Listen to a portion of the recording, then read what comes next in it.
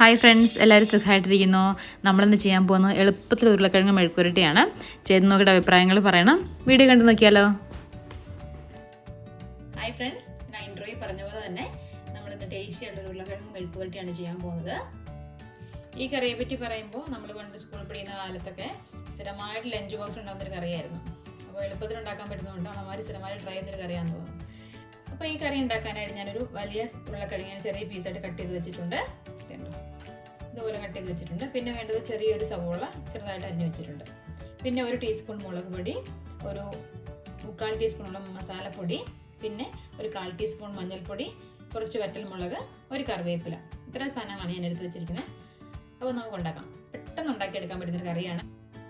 അപ്പോൾ ഈ മെഴുക്കുവരട്ടി ഉണ്ടാക്കാനായിട്ട് നമ്മൾ എടുത്ത് വെച്ചിരുന്ന മസാലപ്പൊടികളും മുളക് പൊടിയും എല്ലാം കൂടി ചേർത്ത് ജസ്റ്റ് ഒന്ന് തിരുമ്മിയെടുക്കാം ഉരുളക്കിഴങ്ങിനെ. ഇതിന് മേലെ നമുക്ക് കുറച്ച് ഉപ്പും കൂടി ചേർത്ത് കൊടുക്കാം.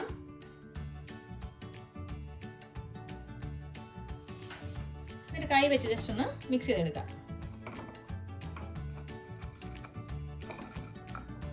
ഞാനത് കൈ വെച്ച് നന്നായിട്ടൊന്ന് തിരുമ്മി എടുത്തിട്ടുണ്ട്. ഞാൻ മസാലപ്പൊടി എന്ന് ആദ്യം പറഞ്ഞത് നമ്മുടെ ഇറച്ചിയുടെ ഒക്കെ മസാല ഇല്ലേ, മീറ്റ് മസാല, അതാണ് കേട്ടോ. അതില്ലാന്നുണ്ടെങ്കിൽ ഗരം മസാല ആയാലും മതി. അപ്പോൾ ഇത്രയും സാധനങ്ങൾ ചേർത്ത് നന്നായിട്ടൊന്ന് തിരുമ്മി വെക്കുക. ഒരു 10 മിനിറ്റ് അങ്ങനെ വെച്ച ശേഷം നമുക്ക് ഇതിനെ മെഴുക്കുവരട്ടി ഉണ്ടാക്കാം. ഞാനിപ്പോൾ ഒരു പാൻ വെച്ച് കൊടുത്തിട്ടുണ്ട്. ചൂടായി വന്ന ശേഷം കുറച്ച് എണ്ണയും കൂടി ഒഴിച്ച് കൊടുത്തിട്ടുണ്ട്. ഇവിടെ ഞാൻ വെജിറ്റബിൾ ഓയിലാണ് എടുത്തത്, സൺഫ്ലവർ ഓയിൽ. നിങ്ങളടുത്ത് വെളിച്ചെണ്ണ ഉണ്ടെങ്കിൽ അതായാലും മതി, കുഴപ്പമില്ല, അതാണ് ടേസ്റ്റ് കുറച്ചും കൂടെ. അപ്പം ചൂടായി വരുമ്പോൾ നമുക്ക് നമ്മളെടുത്ത് വെച്ചിരിക്കുന്ന വറ്റൽ മുളകിനെ ഒന്ന് മുറിച്ചിട്ട് കൊടുക്കാം.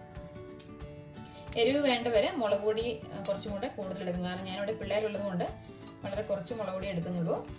അതുകൊണ്ടാണ് 1 ടീസ്പൂൺ മുളക് പൊടി എടുത്തത്. എരിവ് വേണ്ടവർ അതനുസരിച്ച് മുളക് പൊടിയുടെ അളവ് അഡ്ജസ്റ്റ് ചെയ്യണേ.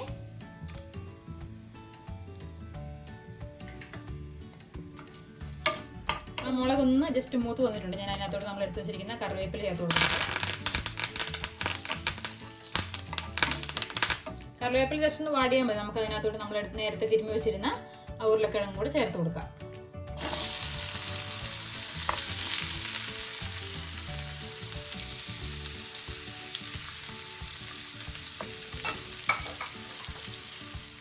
അപ്പോൾ ഇത് നന്നായിട്ടൊന്ന് മിക്സ് ചെയ്ത് കൊടുക്കുക. അതിന് ശേഷം ലോ ഫ്ലെയിമിൽ തീ വെച്ചിട്ട് ഇതിനെ വേവിച്ചെടുക്കണം. നമുക്കിതിനകത്ത് പ്രത്യേകിച്ച് വെള്ളമൊന്നും ഒഴിക്കേണ്ട കാര്യമില്ല.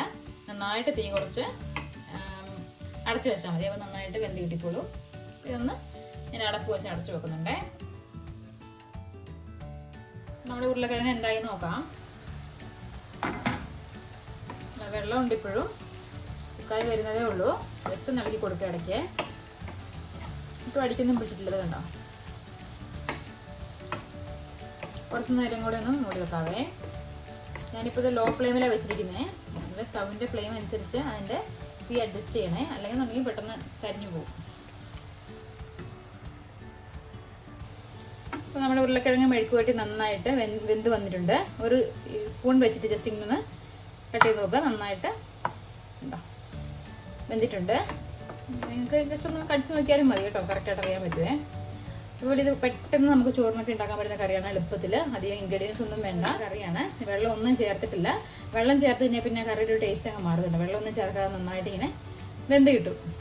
അപ്പോൾ ഈ കറി ട്രൈ ചെയ്ത് നോക്കണം, അഭിപ്രായങ്ങൾ അറിയിക്കണം. എല്ലാവർക്കും തന്നെ അറിയാവുന്ന കറിയാണ്, പക്ഷേ അറിയാത്തവർക്ക് വേണ്ടി ഞാൻ ഷെയർ ചെയ്യുകയാണ്. അപ്പോൾ ഇനിയും പുതിയ വീഡിയോ കാണുന്നവരെ ബൈ ബൈ, ടേക്ക് കെയർ.